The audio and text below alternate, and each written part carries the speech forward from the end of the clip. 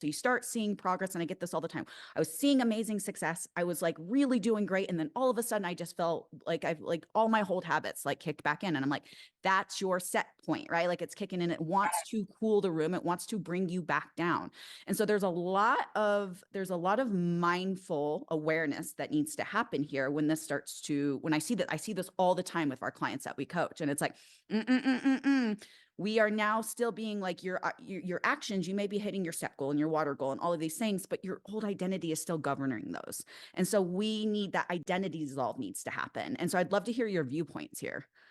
Yes, well, and what you're talking about in therapy land is actually a part of what we call negative core beliefs. So when we have, and those negative core beliefs, ironically, aren't something that are intrinsic to us as human beings. We're given those messages about who we are as human beings early in life. So we learn things about ourselves and label ourselves again because the brain is wired for story, and it's easy for that story to operate. So if I'm a binge eater, and that means I don't have willpower, right? Again, if you go into a grocery store, you're not getting arrested. You do have willpower. So that's not true.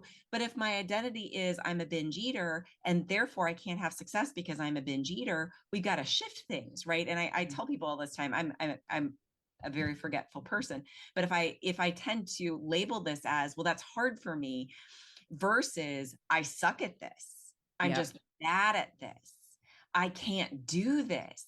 No, I'll tell people when I want you to shift that. It's not you can't do it, you won't do it. You're And choosing not to do it. Yeah. And that is a completely different conversation in your head, right? That's a completely, and it just hits so differently. I can't make it to the gym, or I choose not to make it to the gym, right? Try telling yourself the second version and see how that hits, because it's a completely, like I said, different conversation. yes. And I just had this conversation this morning. I don't have enough time to do XYZ, right? And I said, I'm going to take that word from you and say that you don't want to do it Yeah. because you're going to make time for things that are important to you.